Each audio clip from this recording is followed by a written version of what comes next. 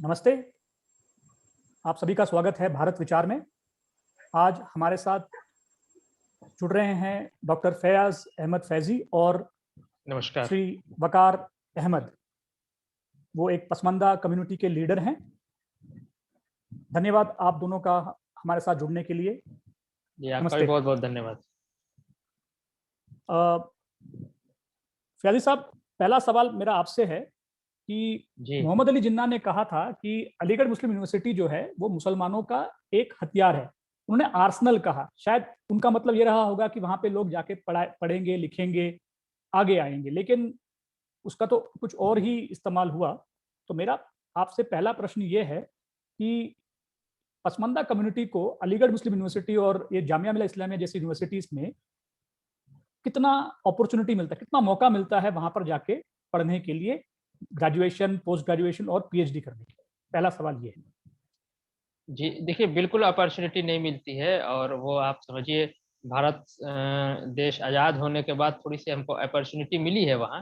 लेकिन चूँकि Pasmanda down trodden है, ओबीसी, एससी, एसटी जो है मुस्लिम धर्मावलंबी है, वो है और वहाँ आरक्षण ना होने की वजह से जो जातिगत आरक्षण है, ओबीसी, एससी, एसटी के आरक्षण ना होने की वजह से पसमानदा को वहाँ बहुत ही कम मौका मिलता है। इक्का-दुक्का बिरले जो बहुत टॉप मोस्ट के स्टूडेंट होते हैं, वो जगह बना लेते हैं। लेकिन वहाँ स्टूडेंट में आप देखेंगे और चाहे वहाँ टीचिंग स्टाफ में देखेंगे या और नॉन टीचिंग स्टाफ में देखेंगे, अभी रिसेंटली एक आरटीआई आई भी थी, वहाँ मोर दैन मतलब आप समझिए 90% से ज़्यादा जनरल क्लास के अशराफ हैं, चूँकि मुस्लिम यूनिवर्सिटीज़ हैं। ये मैं अलीगढ़ मुस्लिम यूनिवर्सिटी के बारे में कह रहा। अलीगढ़ मुस्लिम यूनिवर्सिटी एक ऐसी यूनिवर्सिटी है जहाँ दुनिया भर के तमाम तरह के आरक्षण आपको मिलेंगे। इंटरनल का आरक्षण है, वहाँ पे जो पूरा छात्र है उनका आरक्षण है और भी नाना प्रकार के आप देखेंगे उतना आरक्षण दुनिया की किसी यूनिवर्सिटी में आपको नहीं मिलेगा, उतने तरह का। लेकिन जो मूलभूत आरक्षण होता है, जो सामाजिक न्याय की परिकल्पना का आरक्षण होता है, एससी, एसटी, ओबीसी का, वहाँ बिल्कुल नहीं होता है। इस वजह से न सिर्फ पसमानदा बल्कि जो हिंदू धर्मावलंबी एससी, एसटी, ओबीसी हैं, वो भी वहाँ जगह नहीं पाते हैं। लेकिन एक बड़ी अजीब बात है कि वहाँ के फॉर्म में अब तो ऑनलाइन फॉर्म आने लगा है, थोड़ा-सा आप बहुत आगे प्रोसेस करके जाएँगे वहाँ वो कॉलम आएगा, लेकिन जब ऑफलाइन हार्ड कॉपी आती थी फॉर्म की तो उसमें वो जाति के कॉलम रखते थे कि आप ओबीसी हैं, एससी हैं, एसटी हैं, वो भरा लेते थे। तो हम लोग पसमानदा आंदोलन के लोग कहते थे कि भई जब आपको जाति आधारित आरक्षण देना नहीं है, तो फिर जाति का कॉलम क्यों बना रखा है, आपको वो क्यों चाहते हैं? जामिया मिल्लिया इस्लामिया की जो बात है, वहाँ थोड़ी-सी स्थिति थोड़ी-सी भिन्न है।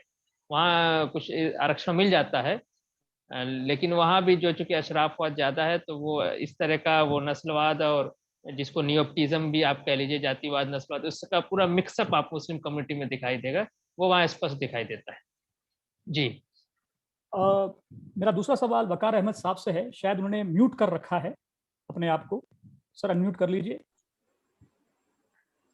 वकार साहब, पिछली बार जब बात हुई थी फैजी साहब से, तो मैंने कहा था कि ऐसा लगता है जैसे कि जो अशराफी समाज है वो पसमानदा समाज का कंधा इस्तेमाल करता है अपनी राजनीति चलाने के लिए, और फिर बेचारा पिटता कौन है? पसमानदा समाज वाला। अभी हाल ही में स्विट्जरलैंड में, जो यहाँ से 10,000 किलोमीटर दूर है, वहाँ पर एक कानून लाया गया कि भाई ये जो हिजाब है, नकाब है, बुर्का है, ये नहीं आएगा। रेफरेंडम करा था जहाँ पे वहाँ के जो सिटीजन्स हैं उन्होंने कहा, 55% से ज्यादा लोगों ने कहा शायद, कि भाई अब ये नहीं चलेगा, हम इस पर रोक लगा रहे हैं। और बवाल यहाँ पर हो गया। यहाँ पर ऑलरेडी इतनी सारी समस्या है मुसलमानों के लिए, और पसमानदा समाज तो 85 से 90% की पॉपुलेशन तो उन्हीं की है। तो फिर आप लोगों का वहां पे जो हो रहा है उसमें आप लोग कैसे और क्यों इन्वॉल्व हो जाते हैं?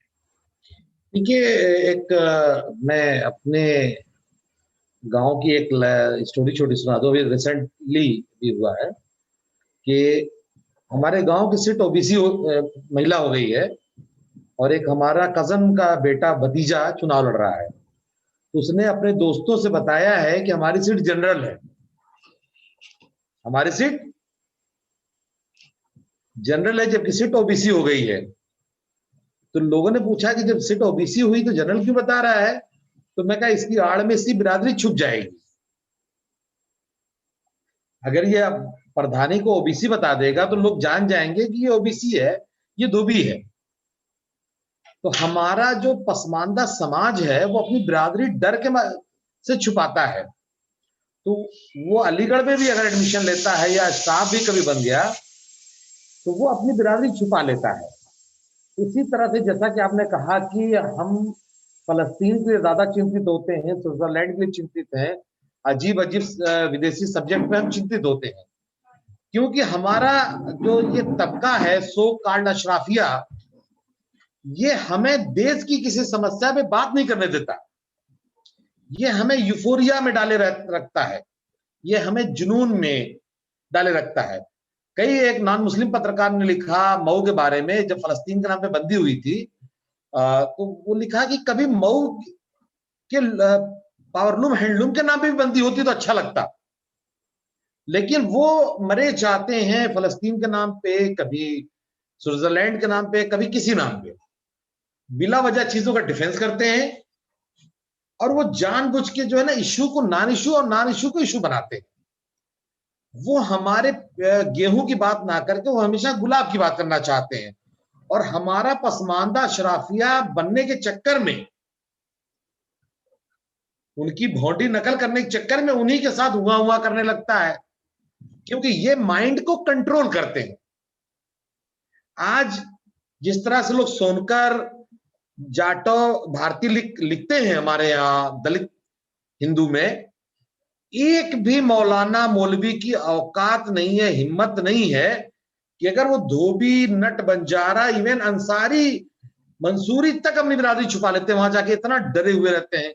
ऐसा इन्होंने कॉकस डेवलप कर दिया है कि हम मोदी योगी जी से नहीं डरते, हम अपने जिंदा सैयद से भी डरते हैं और मरे हुए सैयद से भी डरते हैं। वकार साहब, मैं आपसे ये पूछना चाहूंगा कि अगर आपकी तादाद 85 से 90% है तो फिर डर किस बात का? वही डर जो उधम सिंह को किसी कनाडा में या अमेरिका में कहा गया था कि तुम्हारी आबादी कितनी, कहा कि 20 करोड़, अंग्रेजों की आबादी कितनी, कहा 20 लाख, फिर क्यों डरते हो? वाजिब जवाब, बहुत ही वाजिब जवाब आपने दिया। याद है मुझे कि अंग्रेज जिस समय, मुझे वो समय याद तो नहीं, लेकिन अंग्रेज की फौज जा रही थी किसी रास्ते से, तो वहां पे लाखों लोग खड़े होकर उनको देख रहे थे। तो एक अंग्रेजी ऑफिसर ने कहा कि अगर ये हम पर अभी हमला बोल देते हैं तो हमारा पूरा वर्चस्व जो है भारत में समाप्त हो जाएगा। लेकिन किसी ने, मुर्शिदाबाद की घटना है, मुर्शिदाबाद की घटना है, बिल्कुल बिल्कुल बिल्कुल। ये शायद ये उसके बाद हुआ था, ये बैटल ऑफ पलासी के शायद, या पलासी के टाइम में जब इंटर कर रहे थे। हाँ जी, हाँ जी। सर देखिए, पसमानदा आंदोलन जो है चल रहा है, आप लोग अपने अधिकारों के लिए लड़ रहे हैं, बहुत अच्छी बात है। लेकिन B.R. अम्बेडकर जिन्होंने दलितों को इस देश में हक दिलाया, उन्होंने कहा कि ये सवाल आप दोनों के लिए है।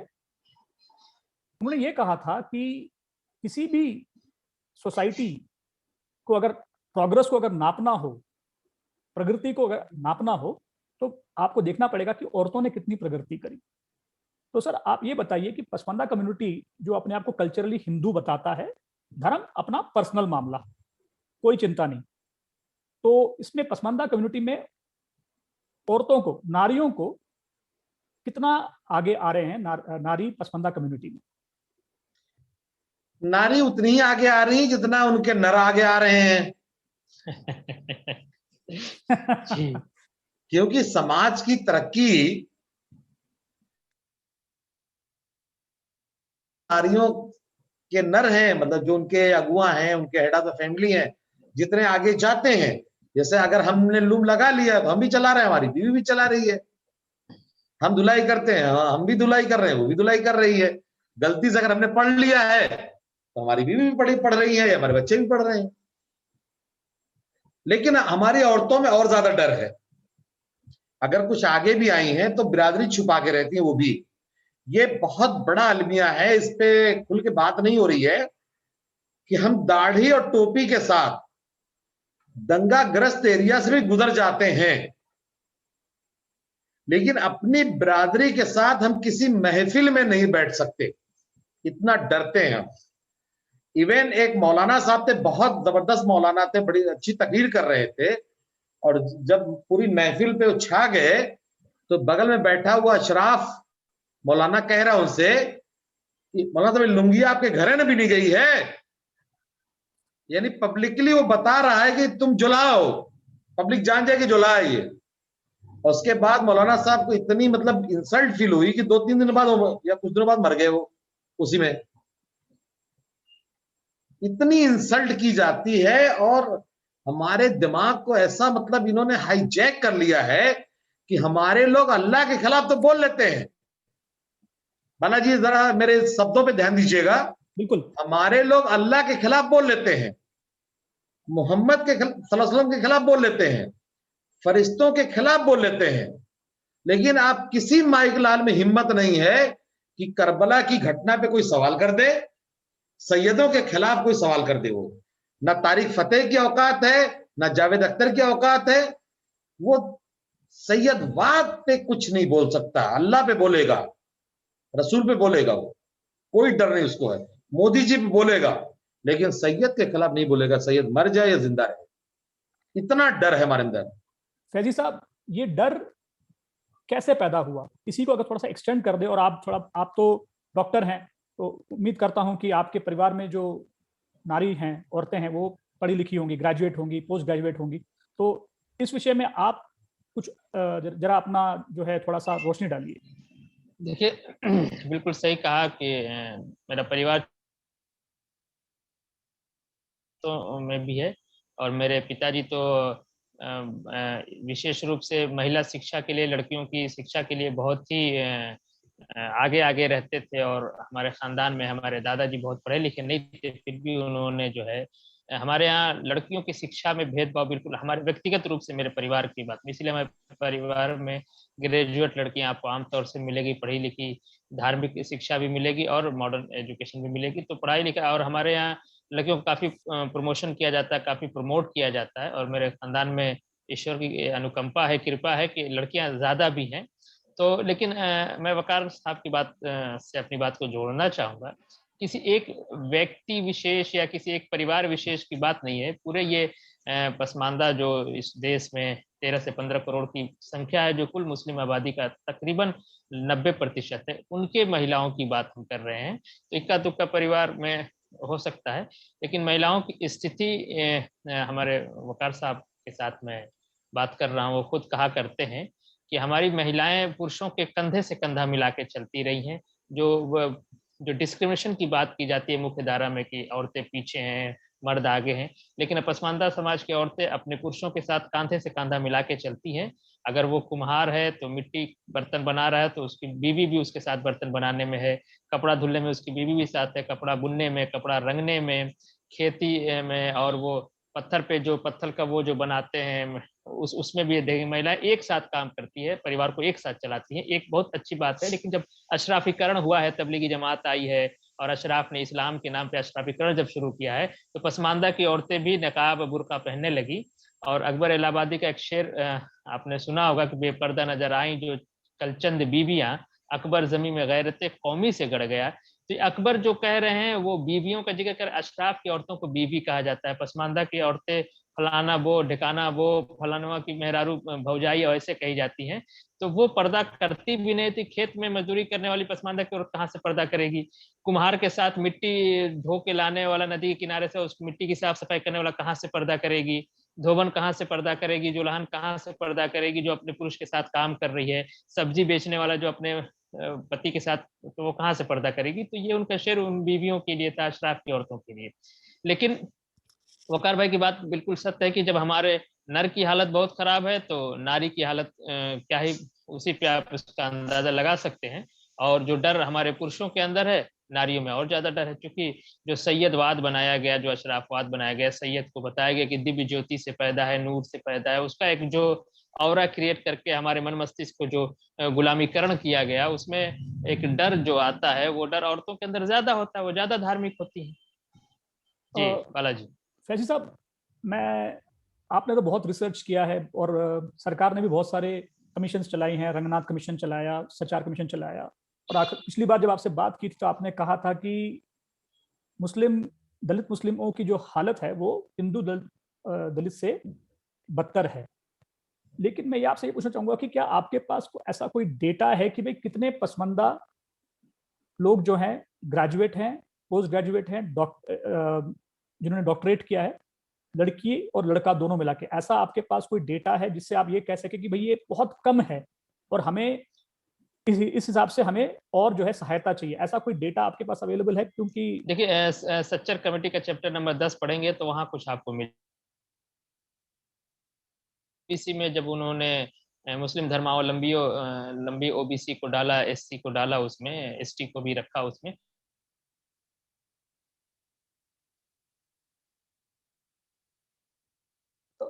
नेट पे शायद कुछ प्रॉब्लम है। आपकी आवाज नहीं आ रही, फ्रीज हो गया है स्क्रीन। हेलो,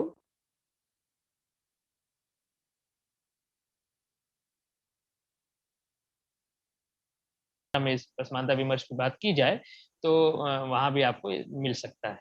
लेकिन आपकी राय बिल्कुल सही है कि इस पे थोड़ा सा और काम फैजी साहब क्षमा कीजिए, मेरा नेट जो है यहाँ पे कुछ सेकंड के लिए डाउन हो गया था, 1 मिनट के लिए, तो अगर आप फिर से अगर आप रिपीट करें, क्षमा चाहता हूँ आपसे, मेरा नेट डाउन हो गया था। नहीं, अब मैं सुना जा रहा हूँ। हाँ, नहीं सुनाई दिया जा रहा है, मेरा नेट डाउन हो गया था तो इसलिए आपकी बात सुनाई नहीं दी। तो अगर आप तो मैं ये कह रहा था कि सच्चर कमेटी के चैप्टर नंबर 10 में भी आपको कुछ डेटा इससे रिलेटेड मिल जाएंगे, मंडल कमीशन में भी कुछ डेटा आपको मिल जाएगा, और दुनिया भर की जो यूनिवर्सिटीज में इस तरह काम हुए हैं, अभी रिसेंटली गिरी इंस्टीट्यूट, गिरी मुझे नाम ठीक से याद नहीं आ रहा, लखनऊ में इंस्टीट्यूट में उसने ओबीसी, उत्तर प्रदेश की ओबीसी, मुस्लिम ओबीसी पे एक डेटा स्टडी किया था, वहाँ भी आपको थोड़ी सी इस तरह की डाटा मिल जाएगी। दूसरा, रिसेंटली अभी लखनऊ यूनिवर्सिटी में एक लड़का, मुझे लगता है खुर्शीद या इरशाद ऐसे करके, उन्होंने पीएचडी थीसिस है उनकी, वहां मिल जाएगी। और भी यूनिवर्सिटी में जेएनयू में एक लड़का कर रहा है, और भी पहले बहुत काम हुए हैं, लेकिन चूंकि पसमानदा विमर्श मुख्य धारा का विमर्श नहीं है, तो इसलिए इससे रिलेटेड स्टडीज और डेटा को भी मुख्य धारा में नहीं माना जाता, उसका कंपाइलेशन उस तरह से नहीं है। और हम पसमानदा आंदोलन के जुड़े साथी इस पे लगातार काम कर रहे हैं। हमें एक जगह से ऑफर भी आया है, वो उन्होंने कहा है कि आप अगर स्टडी इस तरह करना चाहते हैं तो हम सपोर्ट भी करेंगे, तो हम उस प्रोसेस में हैं।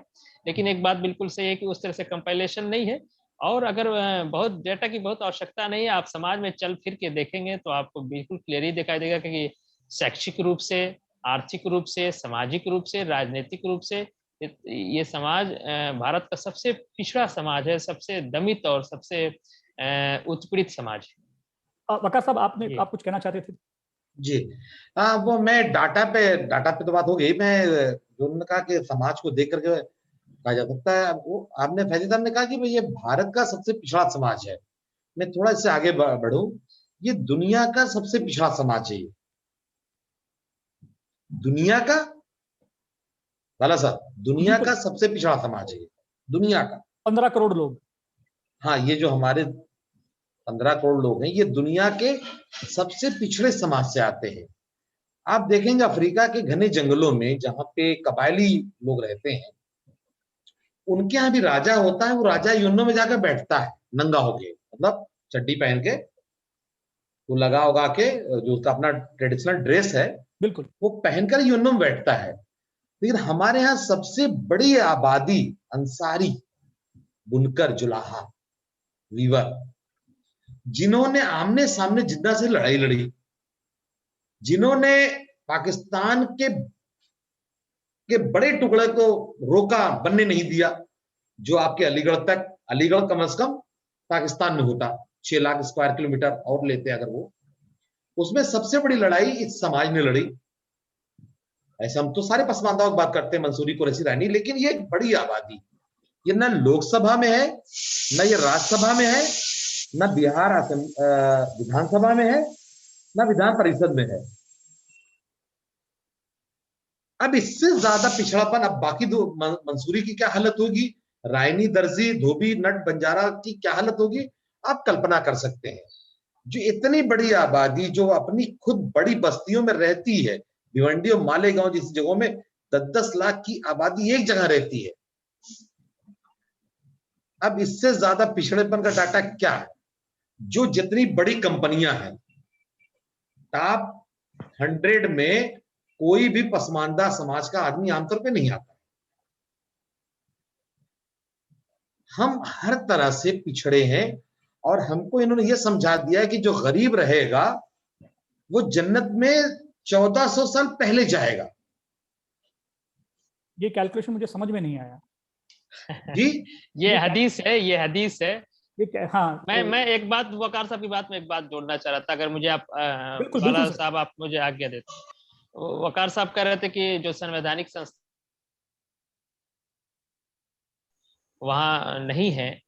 देखिए वहाँ हम हो भी जाते हैं इक्का दुक्का, लेकिन जो मुसलमानों के नाम से जो एनजीओ चल रहे हैं, संस्थाएं चल रही हैं, मुसलमानों के नाम पे जो विक्टिम कार्ड खेलते हैं, मुस्लिम पर्सनल लॉ बोर्ड है, वक्फ बोर्ड है, अभी सेंट्रल सुन्नी वक्फ बोर्ड का इलेक्शन हुआ, उसी में एक अशराफ ने दूसरे अशराफ को वोट किया, वो उसको समाजवादी छोड़ के भाजपा वाले को वोट किया, वो चल रहा है। वो अशराफ अशराफ ही आपस में खेलते रहते हैं, नकाब भी उनका, बुर्का भी उनका और जींस भी उनका। तो ये जो संस्थाएं हैं, मुस्लिम पर्सनल लॉ बोर्ड, सेंट्रल वक्फ बोर्ड या मिल्ली काउंसिल जितनी है, वहां तो आजादी के बाद से लेके आज तक हमको कोई एक दो पसमानदा आपको नहीं दिखाई देगा। पार्लियामेंट में तो फिर भी हम जोड़ेंगे तो 60-70 लोग मिल जाएंगे टोटल अब तक, और अभी भी मौका है हमारे पास। देखिए जो इसीलिए मैं कहता हूँ कि हम संविधान से गवर्न होना चाहते हैं, मुस्लिम पर्सनल लॉ बोर्ड से नहीं गवर्न होना चाहते हैं। और हमारे संविधान में पसमानदा के बीच में मुस्लिम पर्सनल लॉ बोर्ड, अशराफ उलमा है, अशराफ लीडर्स हैं जो हमें गवर्न करते हैं, हम उसमें नहीं चाहते हैं। तो पार्लियामेंट में पहुंचना हमारे लिए आसान है, लेकिन हमें मुस्लिम पर्सनल लॉ बोर्ड में पहुंचना हमारे लिए आसान है, क्योंकि वो दरवाजा ही बंद है। पार्लियामेंट का तो कम से कम दरवाजा खुला है, हम जब अवेयरनेस लाएंगे तो हम वहां पहुंच सकते हैं। ये मैं कहना चाह रहा था जी, बालाजी। नहीं, वो आपने जो हदीस की बात कही थी, हाँ, वो हदीस जो है वो वकर साहब 500 साल है। फजाइल अमाल में हम लोग बड़ा बहुत तबलीगी जमात में जब मैं रहता था, उस बहुत पढ़ता था उसमें, कि गरीब आदमी जो है अमीर आदमी से 500 साल पहले जन्नत में जाएगा। मतलब ताकि, और ये गरीबी को जो है ना ग्लोरीफाई करना, रोमांटिसाइज्ड करना, ये एक तरह ये से वो, रहा है। एक तरह जी से वो कम्युनिस्ट जैसा लग रहा है मेरे को, कि पीपल स्ट्रगल हमेशा करते रहो, अपने आप को जो है मेहनत करते रहो, इसी में जो है आपको खुशी मिलेगी। तो एक तरह से एक गरीबी को बहुत साइकोलॉजिकल। देखिए जो अशराफ का इस्लाम है उसको गरीबी को बहुत भाई, नबी स्पेसिफिक केस होता था, साहबा कराम बहुत गरीब थे, लेकिन ये अमीर साहबी का किस्सा नहीं सुनाते, उस्मान गनी का किस्सा ये हमको नहीं सुनाते हैं। ये हमको जो है जुबैर बिन अव्वाम का किस्सा सुनाएंगे, जो गरीब साहबी थे, साहबी कहते हैं जो अल्लाह के रसूल सल्लल्लाहु अलैहि वसल्लम के साथी थे। उनकी किस्से कहानी तमाम फजाइल अमाल में सुनाई जाएगी, ताकि हम उससे इंस्पायर हो, और हम गुर्बत को, गरीबी को एक यूटोपिया में रखें कि नहीं, गरीबी बहुत अच्छी है, हमारी आखिरत बन रही है। तो पसमानदा को इस तरह से रखा गया, जितनी छोड़ने वाली हदीसें वो पसमानदा को सुनाई जाती है, ये छोड़ दो, दुनिया छोड़ दो, ये छोड़ दो, वो छोड़ दो, तुम और आगे बढ़ जाओगे, आखिरत में मकाम बुलंद। जितनी पकड़ने वाली हदीस है वो सब अशराफ अपने बच्चों को सिखाता है। इसीलिए इनका अशराफ मौलवी का जब बच्चा बड़ा होता है तो वो एहतमाम, जो एहतमाम की जगह होती है, जो इनके मदरसे होते हैं बड़े बड़े, वो मोहतमिम बनते हैं। तो एहतमाम वो पोस्ट का नाम है, उसके लिए मारा मारी कर लेते हैं, झगड़ा कर, चचा भतीजा आपस में लड़ जाते हैं। जमीयतुल उलमा हिंद में दो पार्ट हो जाता है कि चचा भी लेंगे भतीजा भी लेंगे। उसी जमीयतुल उलमा हिंद में एक कोरी बिरादरी, बुनकर बिरादरी का एक आलिम जब अमीरुल हिंद बनता है, अध्यक्ष बनता है, तो उसको हटा दिया जाता है। उसी तबलीगी जमात में एक तेली बिरादरी का, तेली जाति का मौलाना रहमतुल्लाह मेठी जब बनते तो उनको हटा दिया जाता है। आज वही तबलीगी जमात में दो फाड़ है ना, मौलाना जुहैर की तबलीगी जमात अलग है, मौलाना साद की तबलीगी जमात अलग है। तो ये पकड़ने वाली हदीस अपने बच्चों को सिखाते हैं कि देखो उस्मान गनी ने खिलाफत नहीं छोड़ा, अपनी जान दे दिया, कहा कि जिस चीज से अल्लाह और उसके रसूल ने मुझे सरफराज किया, मुझे दिया है, मैं उसको नहीं छोड़ सकता हूँ। तो ये छोड़ने पकड़ने वाली हदीस अपने बच्चों को सिखाते हैं, हमको छोड़ने वाली दुनिया छोड़ दो, ये इसलिए पसमानदा था कि हर चीज छोड़ता रहता है। तो ये इस तरह का देखिए पूरा एक सिस्टम बनाया है अशराफ ने इस्लाम के नाम पे, हदीस गड़गड़ के ले आया, गंदी गंदी। मतलब मैं तो, मेरी एक लाइन है कि अल्लाह के रसूल और इस्लाम पे सबसे ज्यादा जुल्म अशराफ उलमा ने किया है, क्योंकि किसी के नाम से आप कोई बात चलाएंगे जबकि उसने कहा नहीं है, तो ये उसके ऊपर जुल्म हुआ, उत्पीड़न हुआ। तो ये इस मामले में किसी को नहीं छोड़ते, अपने सत्ता वर्चस्व के लिए इस्लाम को एक फूल की तरह यूज करते हैं। एक सेटअप बना रखा है ताकि गुलाम गुलाम बन के रहे। और आजकल देखिए सूफीजम में ये काम बहुत हुआ, सूफीजम के बाद अब तबलीगी जमात ये काम कर रही है। मैं अक्सर कहता हूँ कि तबलीगी जमात सूफीजम पार्ट 2 है जी। बहुत ऐसी ऐसी बातें सुनने को मिला है जो पहले मुझे तो पता नहीं था। अब उम्मीद करता हूं कि जो लोग इस वीडियो को देखेंगे उनको इस बारे में और ज़्यादा ज्ञान मिलेगा, और लोग और ज़्यादा रिसर्च करेंगे। और मैं उम्मीद करता हूं कि सरकार भी आपके इस जो हालात हैं उसको देखें, क्योंकि लोगों की आवाज़ सबसे बड़ी आवाज़ होती है। तो डॉक्टर फैज़ी साहब, वक़ार अहमद साहब, भारत विचार में आप दोनों का आने के लिए बहुत बहुत धन्यवाद। और धन्यवाद। उम्मीद करता हूँ कि फिर से आप दोनों से फिर से भेंट होगी और कुछ और मसलों पर हम विश्लेषण करेंगे और आप हमें ज्ञान देते जाएंगे। नमस्कार। जी जी, धन्यवाद, नमस्कार।